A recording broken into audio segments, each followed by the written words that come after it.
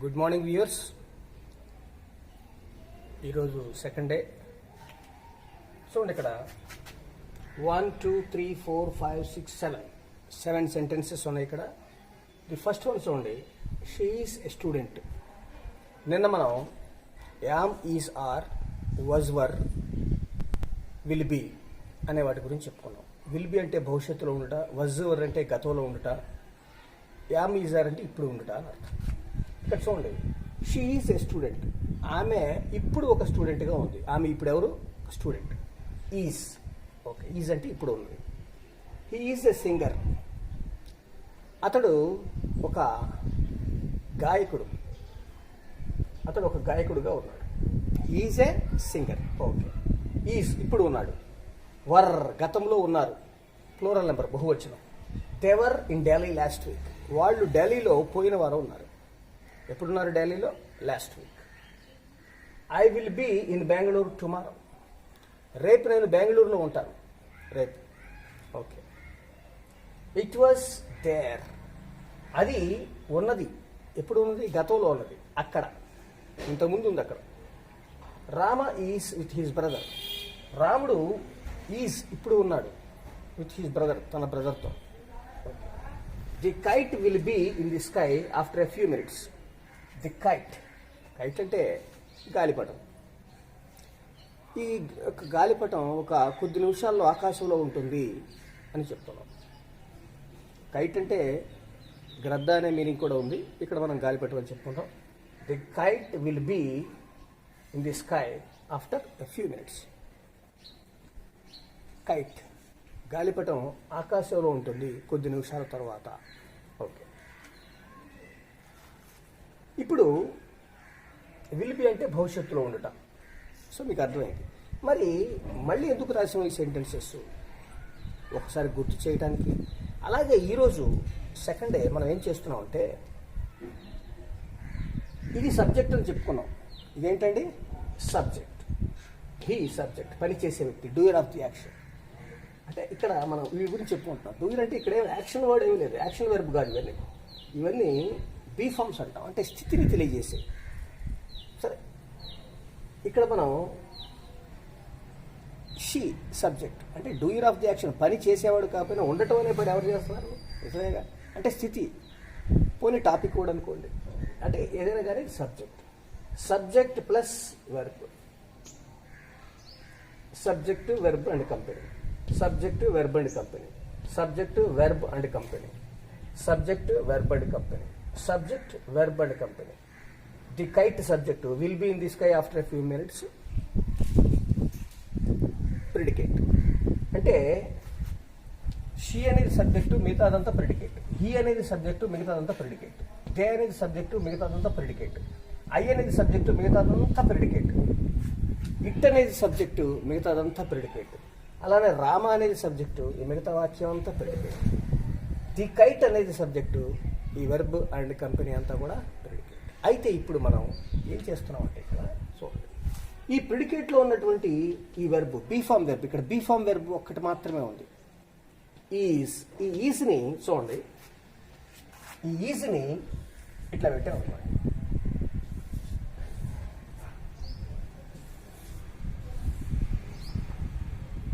ఇక్కడ will be, will be రెండు వెర్బులు. Will అనేది ఒక వెర్బు, బి అనేది ఒక వెర్బు. సో ఈ విల్ ఒక్కటే.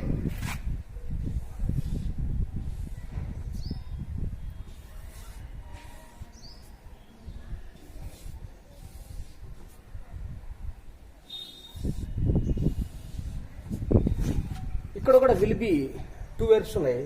విల్ ఒక్కటే తీసుకురావాలి, బి తీసుకురావాల్సిన. ఈ విల్ ఒక్కదాన్ని ముందుకు తీసుకొచ్చి పెడితే మీనింగ్ ఎలా ఉంటుందో చూద్దాం. ఈజ్ షీ, ఈజ్ ముందుకు వచ్చింది. Is she a student?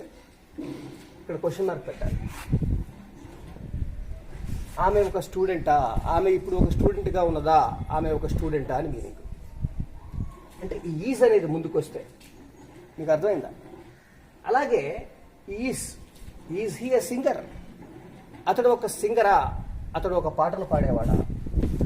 Is he a singer? So మీకు అర్థమైందా? అలాగే were they in Delhi last week?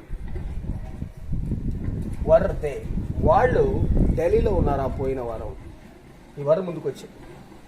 Okay, అలాగే will I be in Bengaluru tomorrow, రేపు నేను బెంగళూరులో ఉంటానా రేపు, క్వశ్చన్ మార్క్ పెట్టాలి. వాజ్ ఇట్ దేర్, అది అక్కడ ఉన్నదా, వాజ్ ఇట్ దేర్. అలాగే చూడండి, is Rama with his brother, is Rama with his brother, రాముడు తన బ్రదర్తో ఉన్నాడా, ఈజ్ ముందుకు వస్తే క్వశ్చన్ మార్క్. అలాగే విల్ ఒక్కటే ముందుకు రావాలి, విల్ బీ అనకూడదు. Will the kite in the sky, will the kite be in the sky, will the kite be in the sky after a few minutes. కొద్ది క్షణాల తర్వాత, కొద్ది నిమిషాల తర్వాత ఈ గాలిపటం ఆకాశంలో ఉంటుందా. Will the kite be in the sky after a few minutes question mark.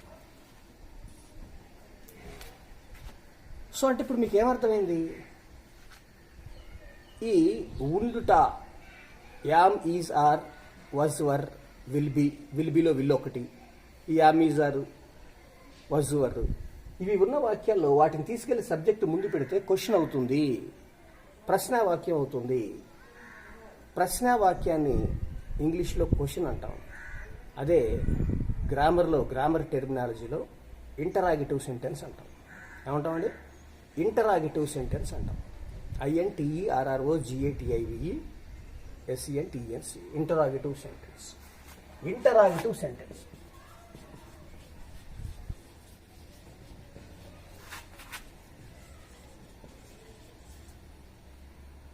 Interrogative sentence అంటే ఏంటి, క్వశ్చన్. ఇంటరాగేటివ్ సెంటెన్స్ అంటే క్వశ్చన్. సో మీకు అర్థమైందా. సో ఒక స్టేట్మెంట్గా ఉన్నదాన్ని క్వశ్చన్గా మార్చాలి అంటే, స్టేట్మెంట్గా ఉన్నదాన్ని క్వశ్చన్గా మార్చాలి అంటే ఏం చేయాలి, ఇక్కడ ఉన్నటువంటి ఈ బీ ఫామ్ వెర్బ్ అంటే ఈ ఈజ్ అనే దాన్ని తీసుకెళ్ళి ముందు పెడితే క్వశ్చన్ అయింది. అలానే ఈజ్, వర్, విల్ బీలో విల్, వాజ్, ఇక్కడ ఈజ్, ఇక్కడ. ఇప్పుడు ఇంకోటి చూడండి ఒక్కసారి, ఈజ్ షీ ఏ స్టూడెంట్, అవునా. దీని ముందు ఉదాహరణకు క్వశ్చన్ కూడా పెట్టామనుకోండి, where is she A student, ఆమె ఎక్కడ స్టూడెంట్, ఆమె ఎక్కడ చదువుకుంటుంది, ఇక్కడ కూడా అంతే. Wear is he a singer, అతడు ఎక్కడ గాయకుడు అన్నావు కరెక్టే, ఎక్కడ సింగరు, ఇక్కడ, ఇంకెక్కడ, హియర్ ఆర్ ఎల్స్ వేర్, ఇక్కడ లేకపోతే ఇంకెక్కడైనా, ఇక్కడ కూడా.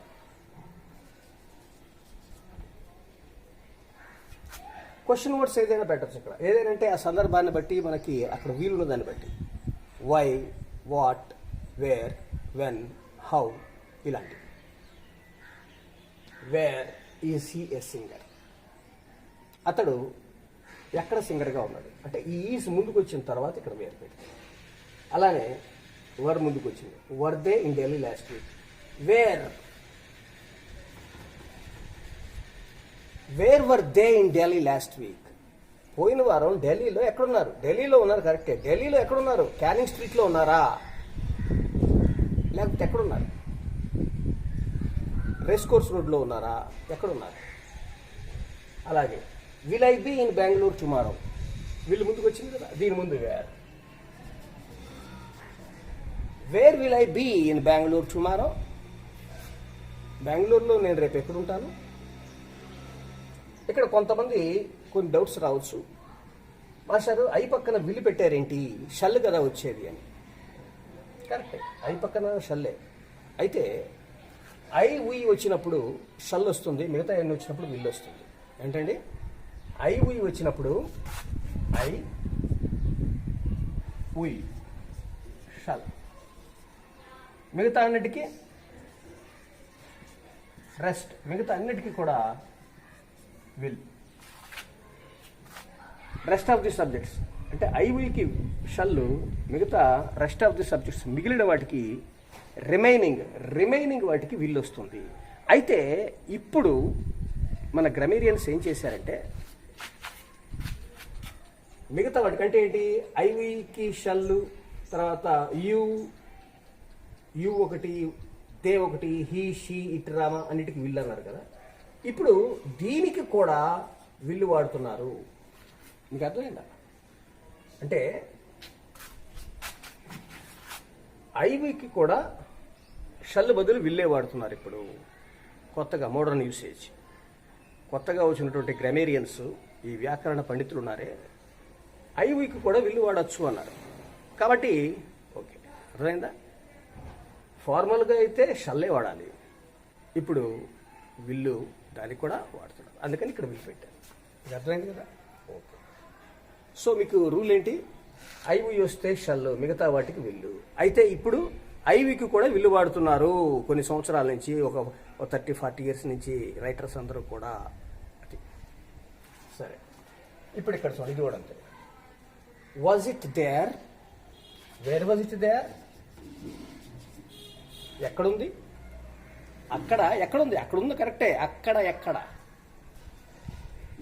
So Rama is with his brother అంటే రాముడు తన బ్రదర్తో ఉన్నాడు. ఈజ్ ముందుకు తీసుకొచ్చాం, is Rama with his brother, రాముడు తన బ్రదర్తో ఉన్నాడా. ఇప్పుడు దీని ముందు వేరు పెడితే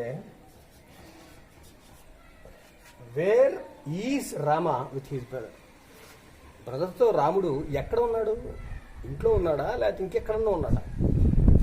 ఇక్కడ కూడా అంతే.